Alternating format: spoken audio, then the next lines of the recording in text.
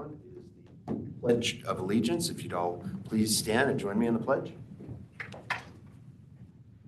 I pledge allegiance to the flag of the United States of America and to the republic for which it stands, one nation under God, indivisible, with liberty and justice for all.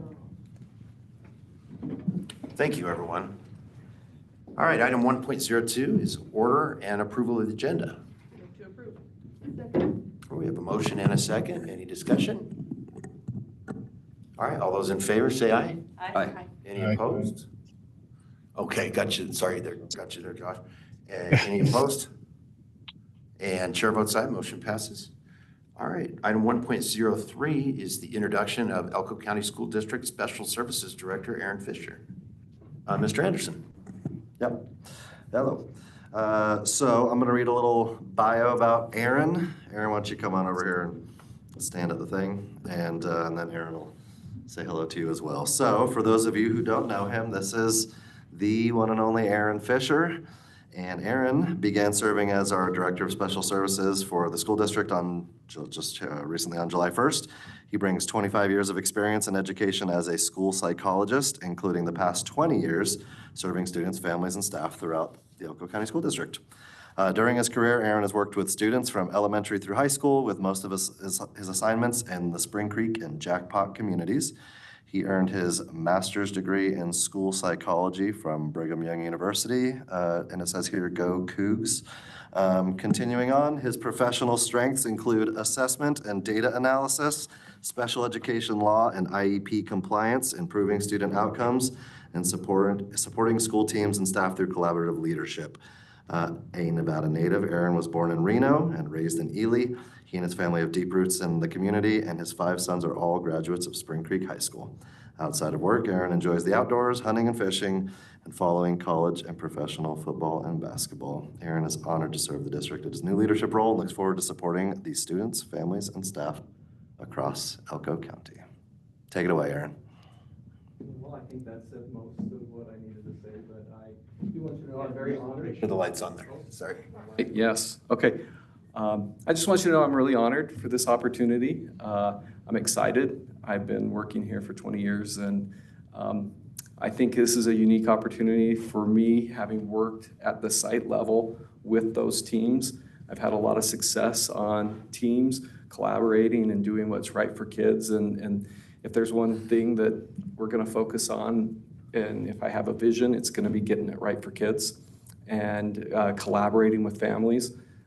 I've been really had a lot of success with making sure families have a meaningful, active participation in those IEP developments, and so we are going to get those things right too.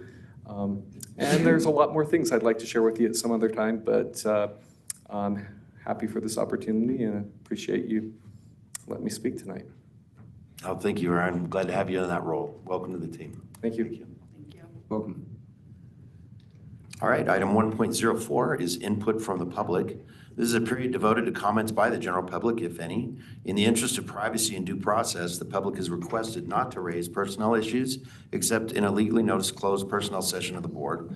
Comments are limited to 3 consecutive minutes. A speaker's time may not be reserved, divided, apportioned, or deferred. No action may be taken upon a matter raised under this item of the agenda until the matter itself has been included specifically on an agenda as an item upon which action will be taken. Is there any public comment? Hearing none, we will move to the consent agenda. Move to approve the consent agenda. Second. All right, we have a motion and a second. Any discussion? All right, all those in favor say aye. Aye. Aye. And any opposed? Chair votes aye, and motion passes.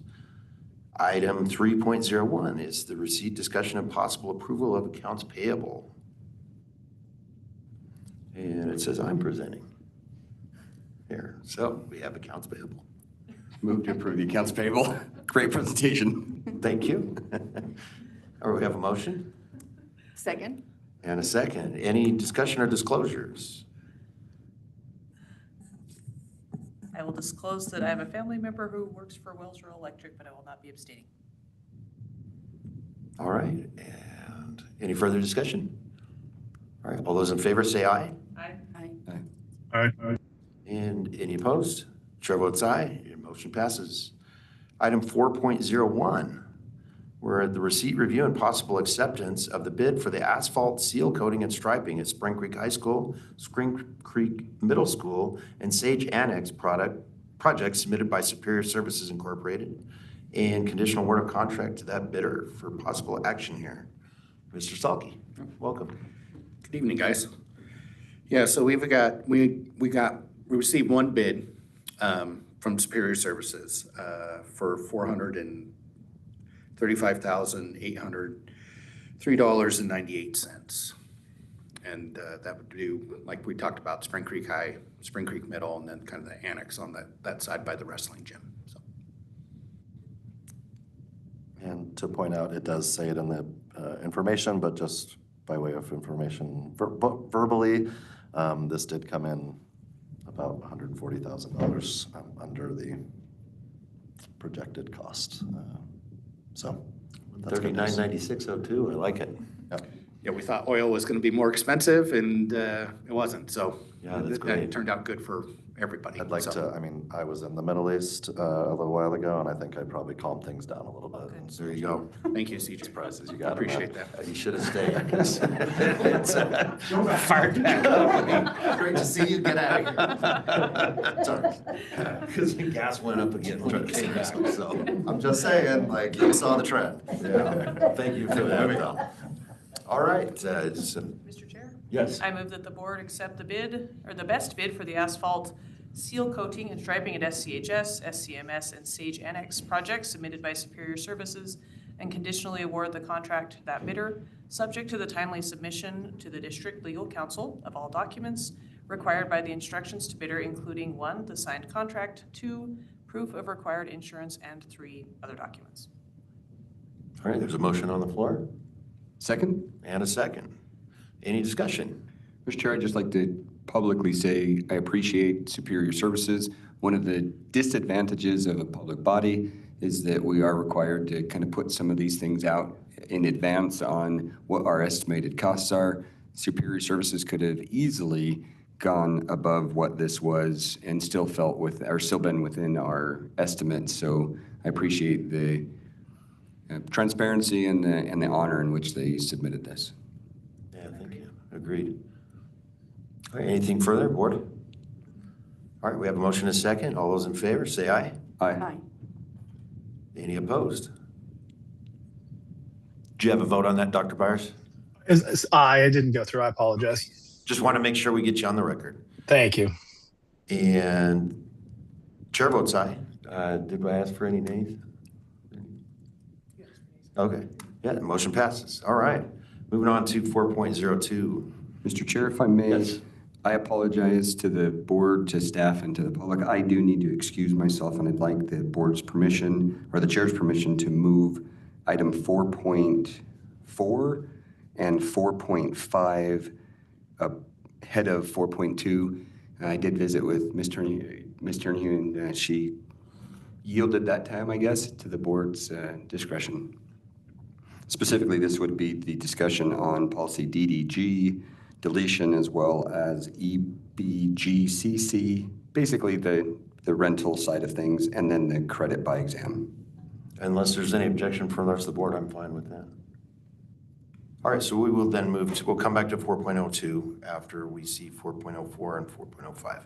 So item 4.04 is the review, discussion, and possible consolidation and deletion of policy DDG, rentals, policy EBGCC, buildings and grounds management, leasing and renting, non-school use of school facilities, rental fees, to revise policy EBGB, buildings and grounds management, leasing and renting of district-owned property for possible action. Mr. Anderson. Hi. All right. So we discussed this back in June. Before I draw attention to anything else, I want to just say a couple things about this one.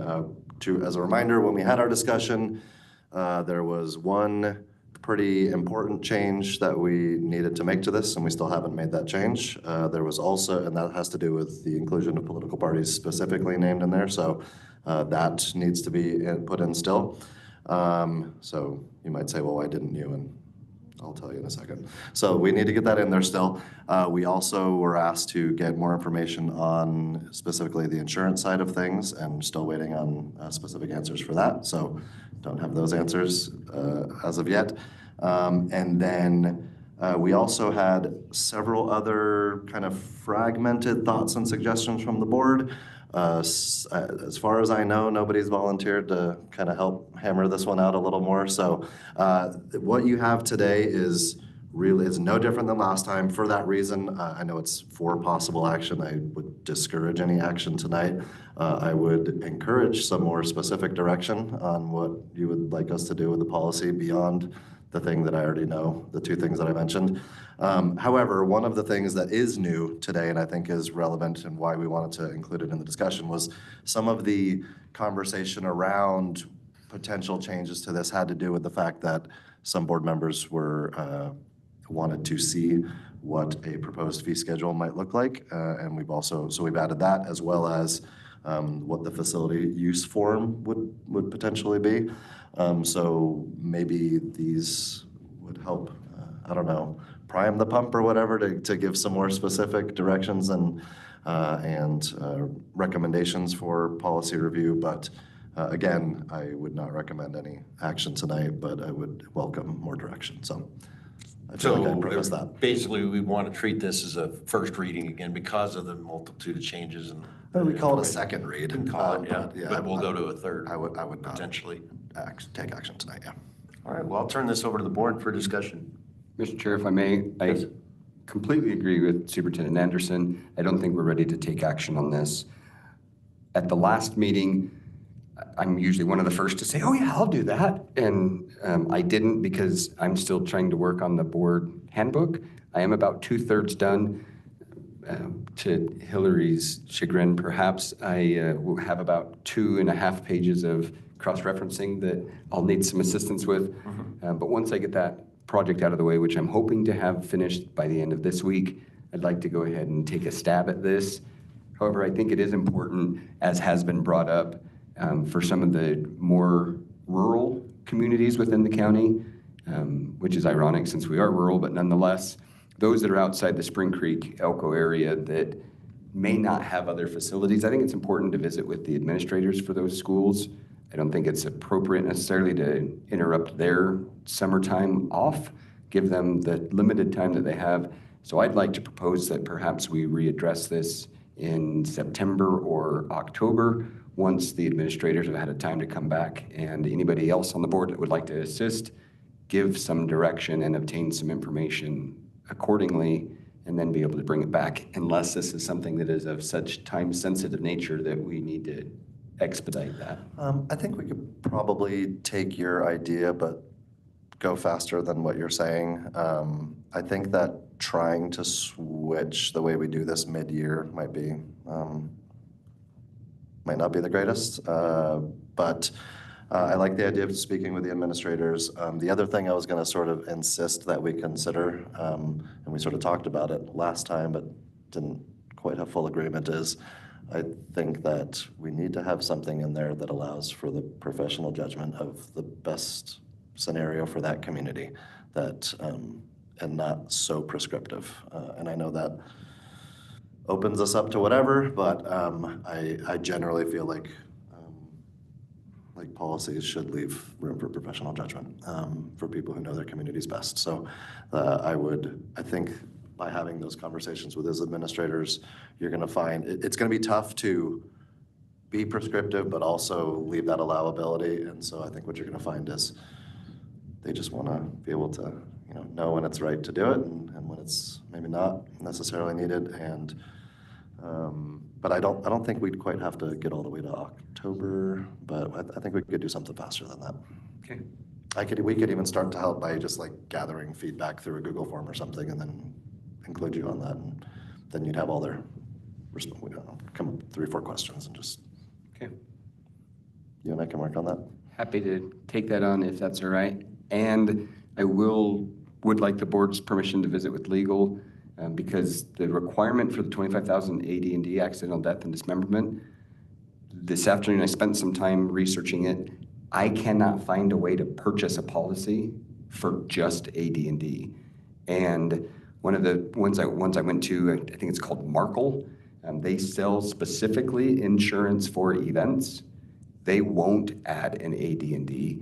I spoke with somebody that's familiar with the Pool Pact, who we go through at the senior center to be able to have event insurance.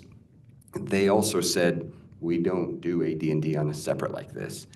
It may be possible to have a $25,000 addition that then could be dedicated to AD&D, but it wouldn't, I don't think, hold up legally. So I would like some leeway to be able to visit with the legal on that, understanding that that may incur slight costs, but of course I'll coordinate through staff to make sure that we're not being wasteful of time or money. Well, certainly, it's a great idea, and I think that also goes to the question I still have, based on insurance. If we're already writing big checks of public money every month, I feel like it should be covered already. So I'm really hoping to get an answer to that question, and that may help take care of that completely, because we did just spend $1.2 million for a year's worth of insurance. Yes. As Cassie's coming up to the mic, one of the things that so the building that we're in, the senior center, is a county building. It is on city land. They're insured. We now are insured as a private organization on that as well. So we're triple insured. We still require insurance, and that's to put the burden on the renters, not us. So while we're insured if something should happen, we're saying we're not going to pay for it if you burn our building down. You have to pay for it, or at least the insurance policy that you've purchased. And that was an extreme example, but even if somebody, rips the handle off of a door, their insurance is going to pay for it rather than ours. So we are triple insured, but we still require that other insurance. And that's why we have that, even though we pay some pretty big, hefty fees as well, our insurance policies. Sorry, Ms. Stultz. Is this working? Okay. I'm just going to follow up on Matt.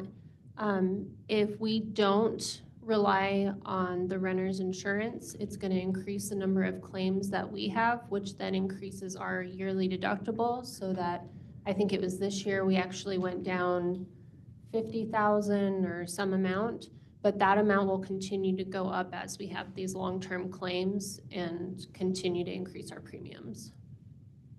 But is that something that's happening now, or is this insurance requirement is new, isn't it?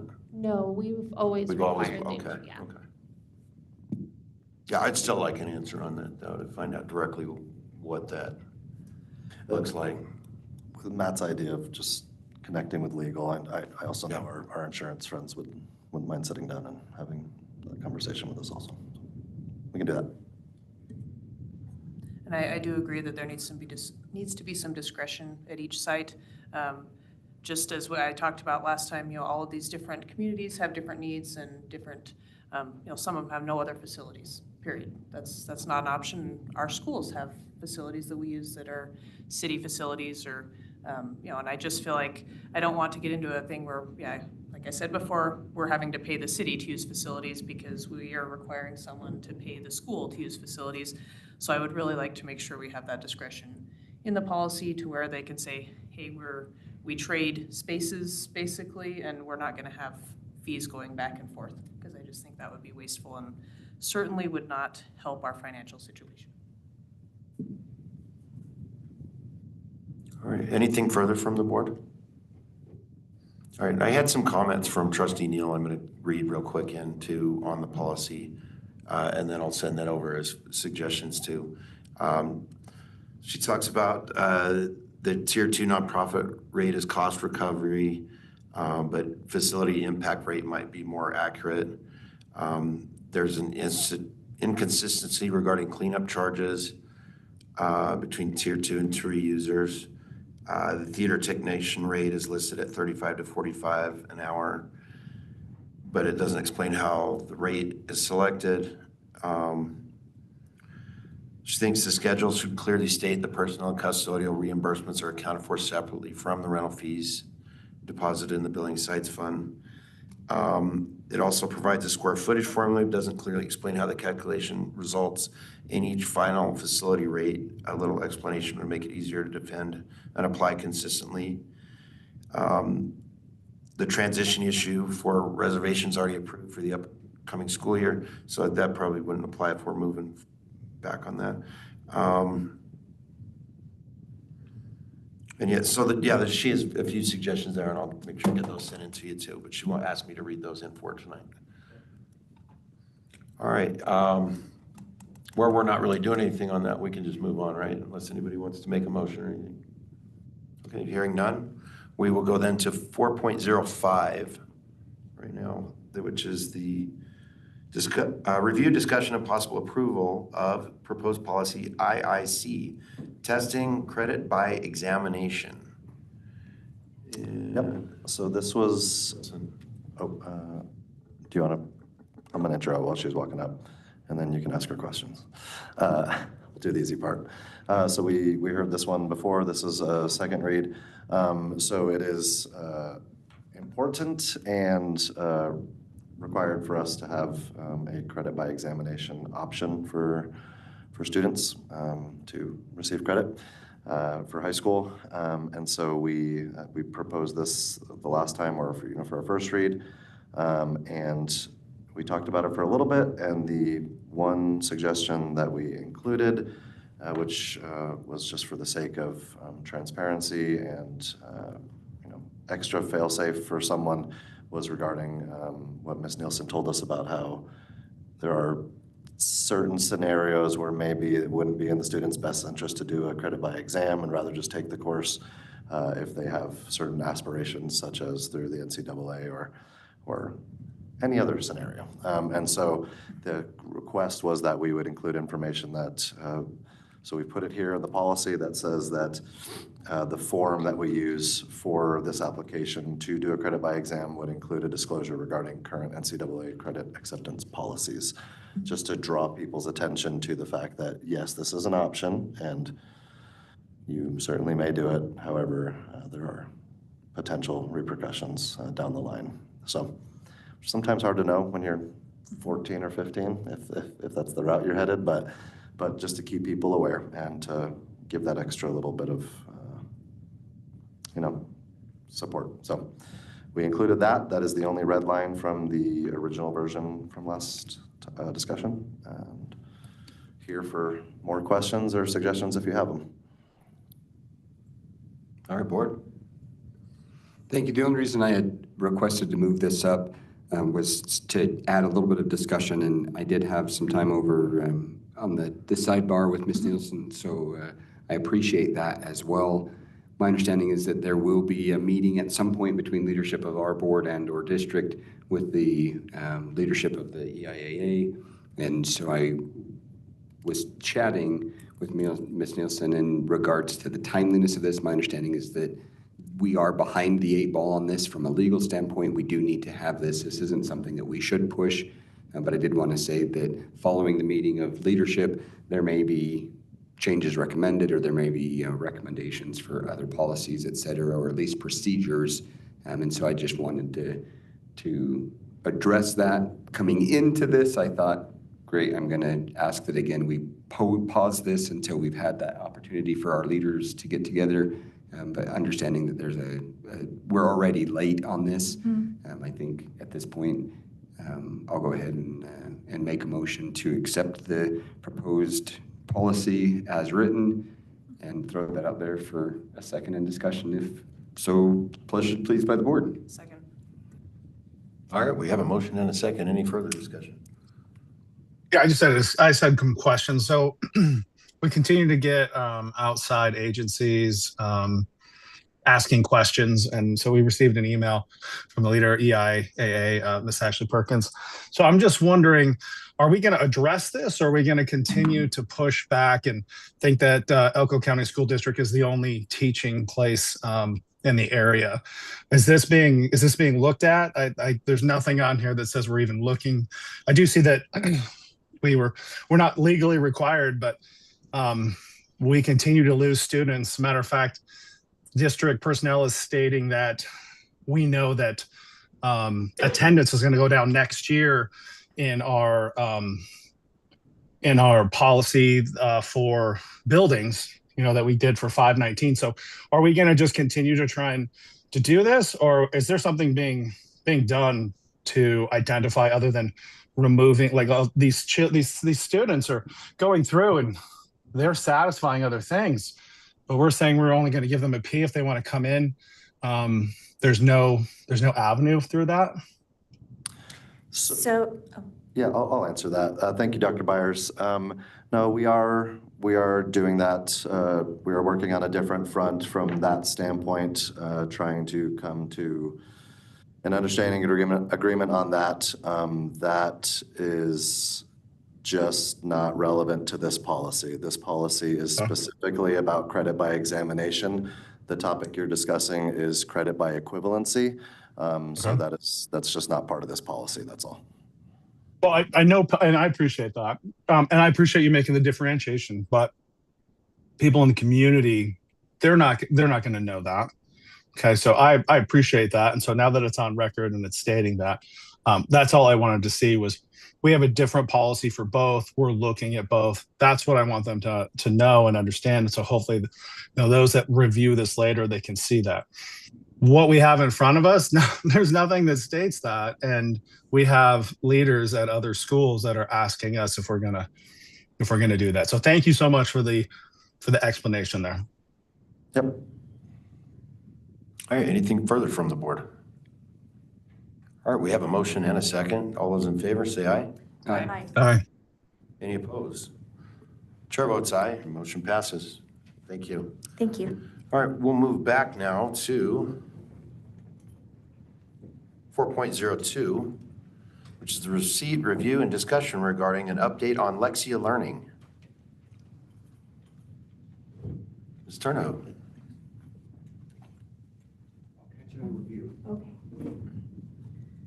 And if I could, please, hey, Dr. Byers, if anything were to happen, please let us know because we are down to 4 right now. So we have a quorum, but I need to make sure we can continue that meeting. Thank you. Sounds good. I'll be here. RJ, can you please put my presentation up on the screen? Thank you.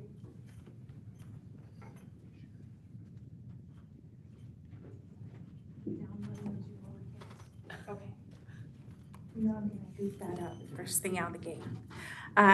Good evening, President, members of the board, and Superintendent. I'm Candace Turnahue, the Director of Elementary Education, and I'm here to give the end-of-year review for our Lexia program. Yes. All right, to guide my presentation tonight, here is a quick roadmap of what I'll be covering. First, we'll look directly at student progress, analyzing both district-wide outcomes and grade level breakdowns. Next, we'll take a look at teacher engagement with the program. Third, we'll look at how Lexia usage correlates to our district-wide MAP data. And finally, we will wrap up with our next steps for the upcoming school year, review a testimonial from one of our intermediate school teachers, and open the floor to answer any questions you may have.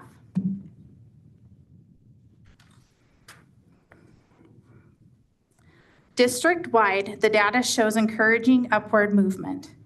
Over the course of the school year, we saw a steady migration from below grade level tiers into on grade level and above grade level categories. 54% of all students advanced at least one grade level of material.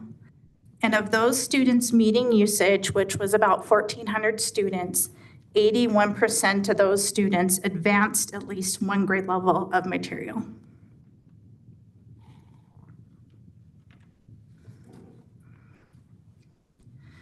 Here is the K-5 grade level progress from the start of the year to the end. I would like to highlight kindergarten began the year with 77% of students working below grade level and ended the year with 100% of students performing on or above grade level. First grade completely eliminated the 2+ years below and ended with 82% of students on or above grade level. In second grade, students performing on or above grade level rose from 19% to 63%. In third grade, the percentage of students in the 2+ years below category dropped dramatically from 75% to 18%. and the on or above grade level performance increased sixfold, rising from 7% to 43%. In fourth grade, the students are working on or above grade level more than doubled, increasing 20% to 43%. While in fifth, the students working at or above grade level performance doubled from 13% to 26%.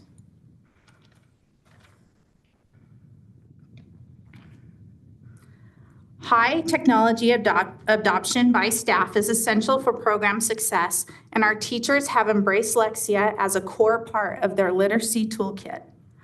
Our usage data indicates that teachers have actively accessed the administrative and diagnostic portals to track real-time student performance, download prescriptive lesson plans, and group students for target-specific interventions.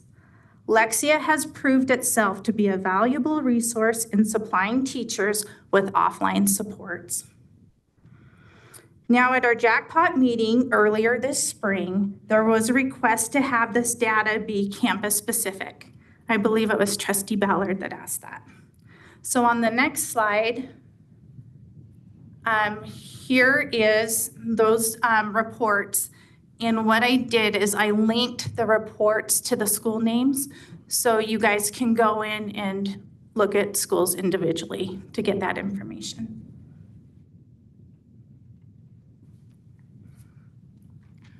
I asked Notebook AI to help me make a chart.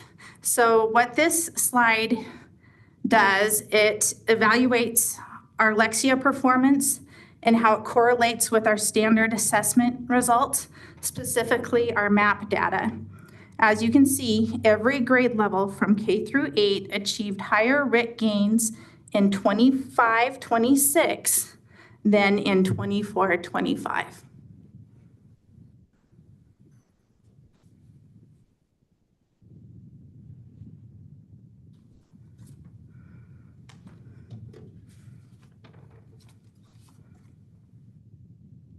This slide outlines the proposed next steps to build upon this year's success. Step 1 is securing the superintendent's approval to continue our partnership with Lexia. Following the superintendent's approval, step 2 involves scheduling a comprehensive district meeting with our Lexia success coordinator. In this meeting, district goals will be established and we'll refine our implementation plan for the upcoming school year. And step 3 expands this collaboration as the success coordinator will meet directly with school principals and building level literacy teams to tailor district goals and develop and address specific needs and growth ideas for each campus. Finally, step 4 is to keep you, the school board, informed. I plan on returning to present a Lexia update in the winter, probably 2027, to highlight our mid-year progress, provide usage metrics again, and keep you informed of any Lexia happenings.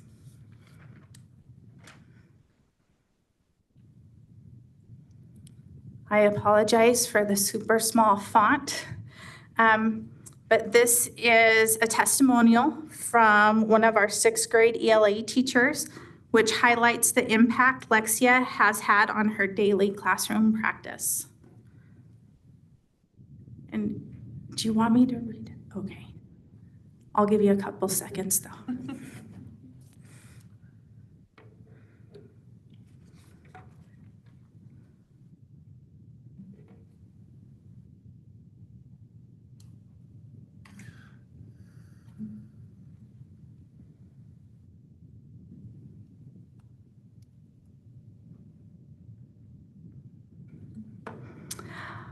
I believe the data, coupled with teacher feedback, clearly show that Lexia is serving as a powerful accelerator for literacy in our district. It supports our struggling readers by closing skill gaps. It stretches our advanced students beyond baseline standards, and it equips our teachers with real-time diagnostic tools and targeted lessons. This concludes my presentation. However, I would love to open the floor to any questions that the board may have. All right, board. Hi, Mr. Chair. I'm just curious, we're looking at these numbers, everything is looking amazing. Are these numbers specifically only tied to Lexia, or have we got other programs or other things that teachers are doing across the district that are also helping these numbers climb? It's not all inclusive to Lexia, it's everything. Okay, thank you. And then my other question is where students will have less access to Chromebooks this year because we are going down from a 1-to-1 to 1 cart per 3 classrooms or whatever it's going to be at the elementary level. Do you think we're going to see a drop-off in the use of Lexia because those Chromebooks can't be accessed as frequently? I think that's where we kind of have to lean into our experience with our success coordinator and ask her how we can still use the program with fidelity and get those usage minutes up. Because as you saw on, I think it was like the 3rd slide, the more the kids use it, the higher their success rate is.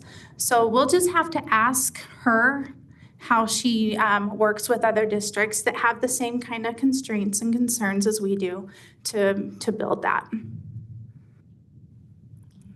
Just to highlight though, I was noticing in the teacher testimonial, there was a little snippet there that said something about how, there could be knee-jerk criticism for, oh, we're just putting kids on screens.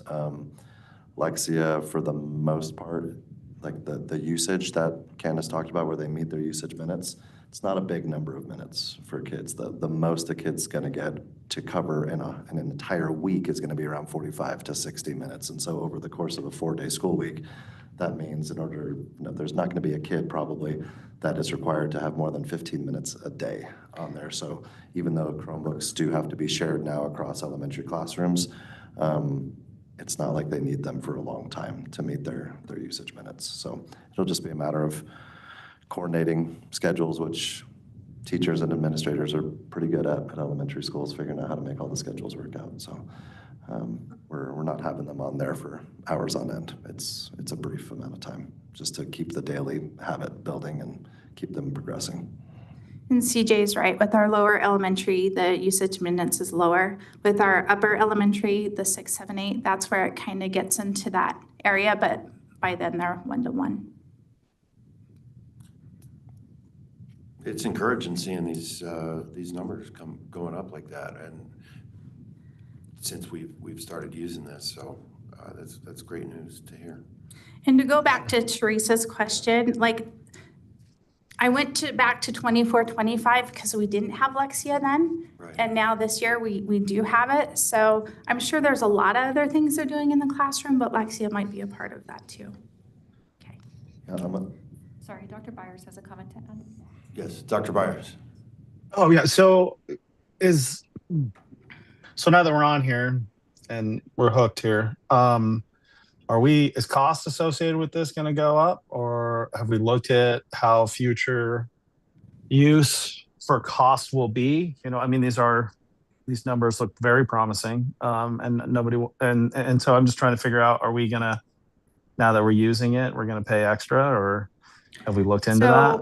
Our contract last year was around $190,000. This year, our contract is $216,000. Okay. So 26,000 more. Are we using it more then, or is that, or what made it, do we know what made it go up? I just think it's the way of the times. Okay. We're not. They didn't give an explanation is what I'm saying. Like, oh, hey, No, we're having the same 20 more services usages as what or we something. did last year. Okay. The other thing I want to just say is at these higher levels, so what the studies are coming out showing with electronic use, just as it was spoke to, the higher levels, the more a child uses their electronic device outside of the other electronic device, it creates a negative neurofeedback in their brain. And that could be a portion of why we're seeing Now we're seeing changes, but we're not seeing them as dramatic as others. So kindergartens, and that trend is changing, and hopefully parents will turn it around. But kindergartens aren't using their devices as often, and like you said, we don't have them. But when we add that device to it, the cumulative is what is detrimental to the child. Just so we all know, so that everybody knows that that's what it is. It isn't that we gave them a Chromebook. It's that if they were on their iPad before they were there before school, and then they were on their parents' phone on the drive to school, and then we gave them an iPad, 100% of those minutes are now detrimental to the child. So when we speak that way, I don't want anyone to like have a misnomer there, but that is what the studies are showing, is that it's cumulative. It's not specific. So when we talk with the kindergartens, first grade, second, third, and they're not using those devices outside of the Chrome, it's not detrimental. Then that's why I believe that's why we're seeing these changes too as well. So just FYI. So I appreciate it. Thank you. You're welcome. Thank you, Dr. Byers. Anything further from the board? Could I just add one more comment? I love Lexia. I believe in Lexia, but I don't want to be hypocritical with things I've said before. I appreciate Teresa's question and Candace's comment that I would never, well, I won't say never. You know how I feel about absolutes. I am very hesitant to attribute anything about progress to one thing. I think that we have a lot of good things going on and they work together. It's why sometimes I get a little, I don't know, like I'm ready to argue when someone says, is this worth it? Or is this making a difference? Because I think that what we're trying to do is find the best combination of things that access the most number of students, right? And so I love the numbers that Lexia is showing, but if Allie, our friend at Lexia, was sitting right here, I'd tell her, you don't get all the credit for this. We got great teachers, we have reading interventionists, we have United Readers from United Way that are helping us, we have all sorts of resources that are going into working with these kids, and I think we're just trying to hone in on the right combination to make sure we're reaching everybody. But I do think Lexia is a good thing, and but I also think the other things we're doing are good as well. It certainly looks promising, and I hope the success continues. Yes. So I'm looking forward to this again in a year to see where we're at. Well, I appreciate your guys' time tonight, and thank you for your continued support. Thank you. Anything further from the board? All right, thank you very much. All right, that was 4.03 is next. Review and possible approval of the sale of West Wendover High School bleachers. Ms. Stultz.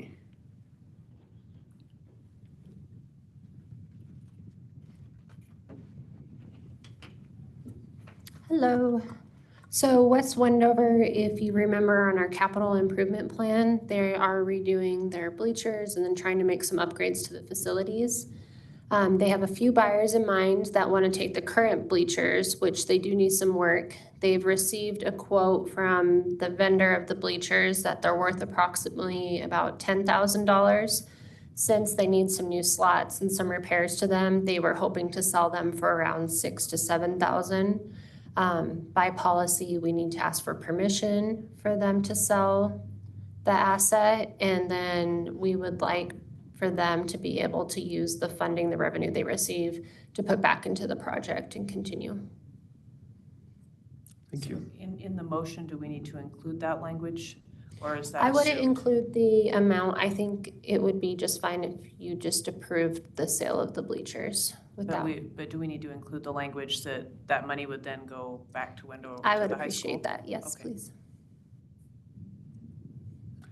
You have a motion? I do. Let's I hear it. move, I move that we approve the sale of West Wendover High School bleachers, and with the caveat that the money from that sale goes back to West Wendover High School for their improvements. Second. All right, we have a motion and a second. Any discussion? All right, all those in favor, say aye. Aye. Aye. And chair votes aye. Motion passes. Perfect. Thank you very much. And thank you folks too. That's for my community, specifically going forward. They need it. They need it bad. But those bleachers really are just framework. Whoever does acquire those are going to need to do all new seating and all new lumber and all that. So, but the project they've got going forward is really neat, and I can't wait to see it. So thank you guys. We've been through 4.04 and 4.05. So we'll move on to 4.06. That's review, discussion, and possible approval of proposed revisions to policy JDAB, student discipline, safe and respectful learning environment, discrimination based on race, bullying, and cyberbullying of students prohibited. For possible action. Thank you. As a reminder, this is second reading, and the impetus for this was recent work in collaboration with the U.S. Department of Education's Office of Civil Rights. So we had our first read previously. There were several suggestions, a little bit of confusion as to wording and maybe formatting of certain sections. So we went back and discussed this with legal just to make sure it's written as it ought to be. And there were a couple of other minor changes based on those suggestions. And if you do not see, if you made a suggestion and you don't see it in there, that's because our own legal deemed it not necessary or correct. So if you go to page 6, I think, no, 7, page 7, there is a strike through of where it talks about paragraph C, and we added the word district there under A as well. So we're in 9A right now. Sorry, I should have said that before. Going down to 9C, we also added a sentence that says, if any such witness is less than 18 years of age, a parent guardian must receive notification of the interview as soon as possible or as practicable. And then the letter D was struck through on the very next paragraph, and it was made part of 9 as a whole regarding how we treat contact information for parent, guardian, or student if it's not correct and making a good faith effort. So that doesn't go under C, it just goes generally under content of investigation. So those were all edits, and just scrolling, I'm pretty sure that's the extent of the new red line. I'm just doing another quick scan to make sure that's accurate, and that is it. So those were the proposed updates to our first read. And be happy to answer any questions or do my best if you have them. Thank you. All right. We'll put that out to the board for discussion.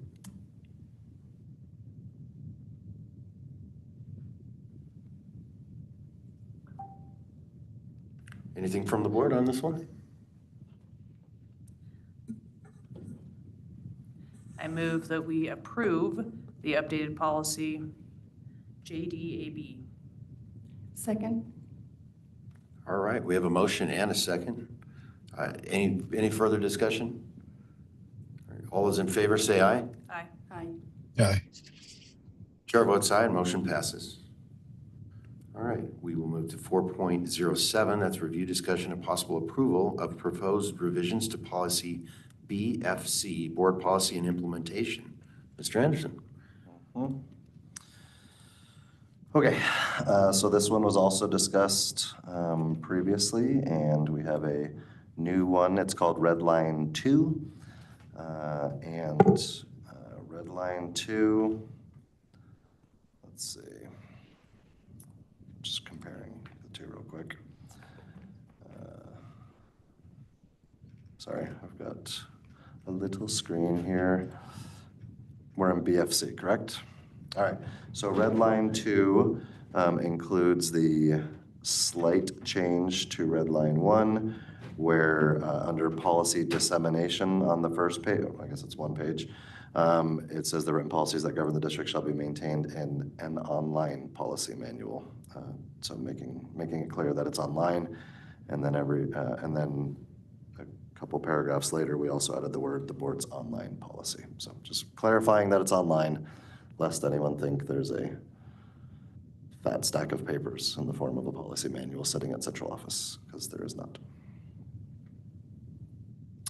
Other than that, it's the same as last time. Thank you, Mr. Anderson. We'll put that out to the board here.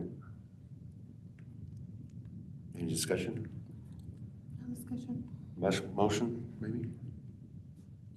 I move that we approve policy BFC, Red Line 2. Second. All right, we have a motion and a second. Any further discussion? All right, all those in favor say aye. Aye. Aye. Chair votes aye, motion passes. All right, 4.08 is receipt, review, and discussion regarding proposed changes to policy EFDD, public records. Mr. Anderson, one more time. Uno mas. All right, so this is a first read of proposed changes to EFDD. These are suggested by legal counsel.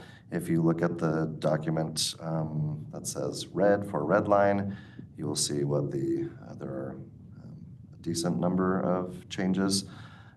So this has to do with public records, has to do with public records requests and when people make them. Sometimes they're very simple, sometimes they're very complicated and can be large and cumbersome, and there are NRS that guide whether they're we charge for those things or how those processes work. And so there's just clarification under some of these. So there's a clarification under the definition of actual cost to make sure that people understand what actual cost means. There are multiple costs that go into when a request is made. And as I said, some are very simple and you can almost satisfy the request immediately and it's not a big deal. And there are others where it would give you a headache to know how much time we've spent on them and how many people, hours, and things like that go into it. So that's what that definition is for. Number 3, it clarifies the timeline of 5 business days. Instead of saying within 5 business days, it says not later than the end of the 5th.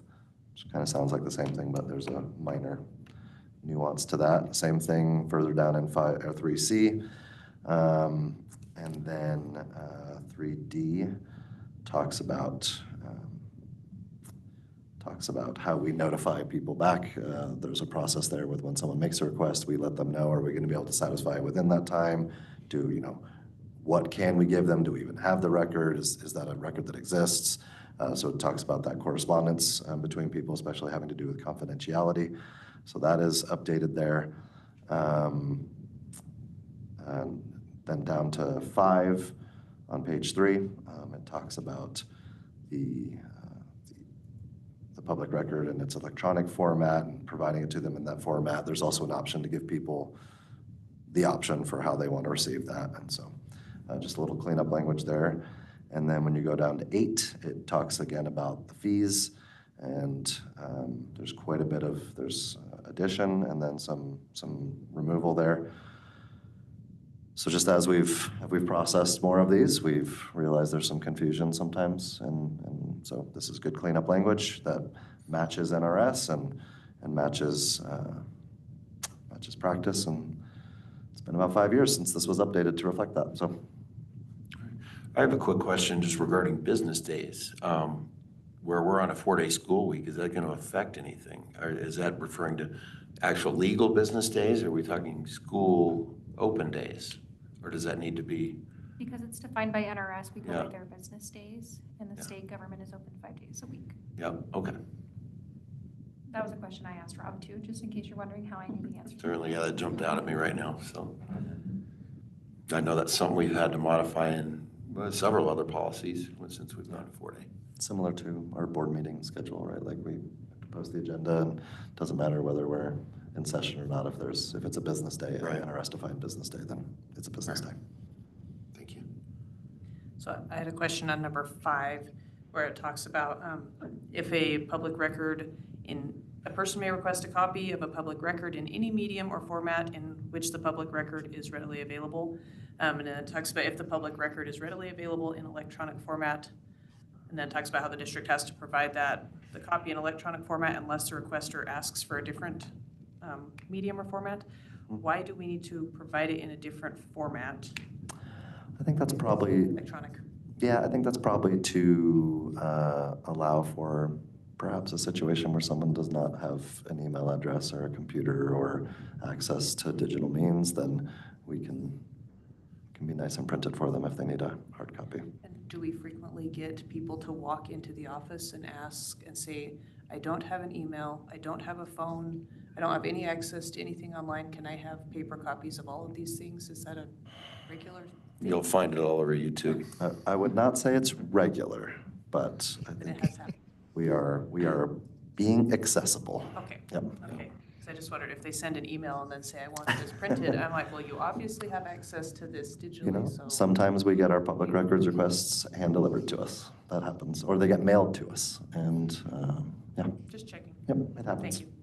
To add a little more on the subject, there are folks that will know the letter of the law and go out and test to see how we do. So I'm glad we're getting this up to spec to make sure that we're compliant with all that. Does anything further from the board on this? Mr. I had a quick question. Yes. It's all good. So on I'm trying to read it without the line in there. Can just if you could explain it to me, and just actual cost does not include a cost that the district incurs regardless of whether or not a person requests a copy of a particular public record. I guess I'm having a hard time wrapping my brain around it. Can someone explain to me what that one actually means? Yeah, so the way I interpret that, and you know, someone else can jump in there. So a lot of these records already exist, Dr. Byers, and so I think that's a way of stopping us from, like, let's say it took us, you know, however much time to put together the accounts payable, right? And we were going to do that regardless of whether or not someone requested it. If someone says, I'd like to see the accounts payable, we can't be like, oh, well, that was this many man hours to put that together 6 weeks ago. Okay. Put together. So we were going to do that regardless. And so we're not going to charge someone for that. And this prohibits us from doing that. Makes sense. Makes sense. Thank you so much. I was just like, I can't wrap my brain around this. So thank you so much. Thank you, Dr. Byers. Anything further? All right, yeah, if anyone has any suggestions or anything else on that, get that in and we'll have that back. I'd like to make a motion, if you don't mind, Mr. President. I'd like to make a motion to approve as the policy EFD. This one's the first read. reading, Dr. Byers. Oh, is it? My bad. Yeah, it'll have to come back, but we'll save it for you. Okay, I got really excited though. I'm so sorry. Yeah. No, you had it too. You had it. Yeah, I did. Okay. All right, well, I'll rescind that then for the record. Okay, hang in there. All right, so then we will move on back to Mr. Anderson, 5.01, Superintendent's report. Yep. I am going to, just going to say it's great to be back with you guys. I was on a little bit of a extended leave since our last meeting and had a great time where I was, and I'm happy to be here and looking forward to we have our administrators. Most of them are starting back up here pretty soon. I think tomorrow, a lot of our principals, and looking forward to getting back to work with them. And I'll have a lot more to update you on in 2 weeks. That's it for me today. Very nice, okay. Yeah. All right, we'll take it. That takes us to NASB. We have a NASB update. Anything? Yeah, we have, yep, the September governance workshop is going to be September 5th in Lovelock. I'll be attending that. And looking forward to it. That's what's coming up next. Also, we have, and I'm going to since that's really it, let's go ahead and jump to the next item, 6.02, review, discussion, possible action regarding award nominations. Trustee Neal asked me to ask everyone, even though we're not due till August 15th, to try and get those in before the next meeting so that we can do any cleanup or anything we need. Everybody has their assignments already, but we want to be able to look at those and have those ready to go and discuss in the next meeting. So that was a request put out there, and I'll be able to, I know I still have a few to write, but we'll be able to get that done. And does anybody have anything further on that, on the NASB Awards nominations? I have mine ready. Ready to go? Ready to go, all right. Yeah, we've received one, and it's Adriana's. Thank you, Adriana, blazing the trail for us. We'll get there. I don't say much, but behind. Write it down. There you go. All right, well then we'll move to 6.03. That's board member comments and requests for future agenda items. Does anyone have anything? Dr. Byers, you have anything?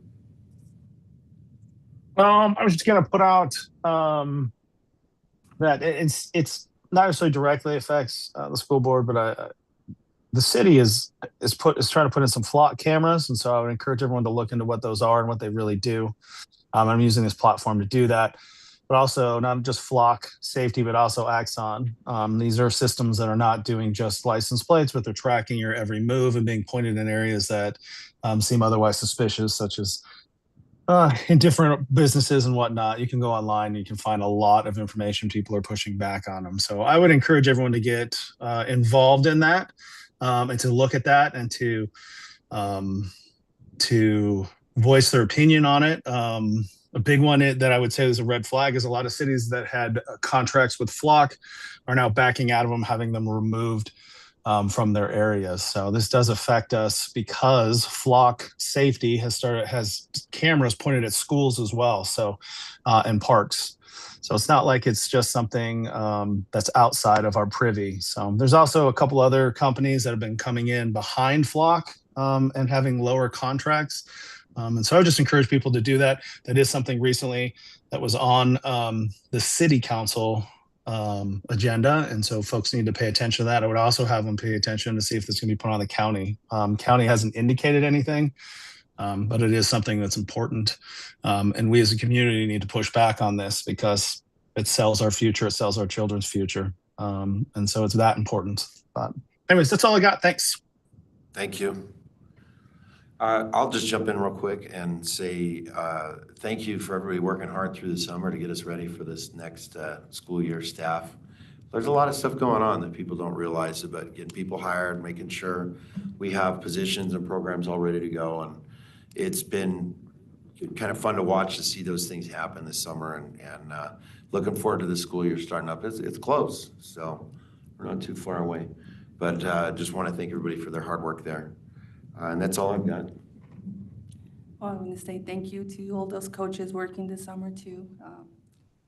Their practices are in, and my daughter's excited. The first day was really excited. Today, not too much, but Nice.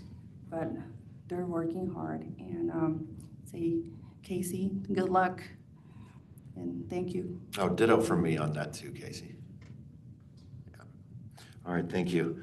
All right, then we move now to item 7.01, input from the public. Same rules apply as I read before.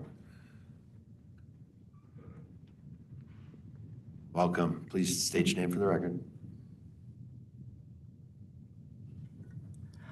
Lynn Hoffman, Elko. I think you know who I am, but yes, I haven't spoken here for a while, but first of all, I want to thank Dr. Byers for talking about the flock cameras. And I wanted to tell you really quickly that at our Republican Party Central Committee meeting on Saturday, we will be discussing a resolution talking about data centers. And that's going to be the next big thing we're going to talk about. And the City Council is going to talk about the flock cameras at the next meeting. So you might want to go there. But that's not why I'm here. I'm here because, first of all, I want to thank you for tabling that policy about rentals. I started thinking about that today, and it reminded me that this is a public school district.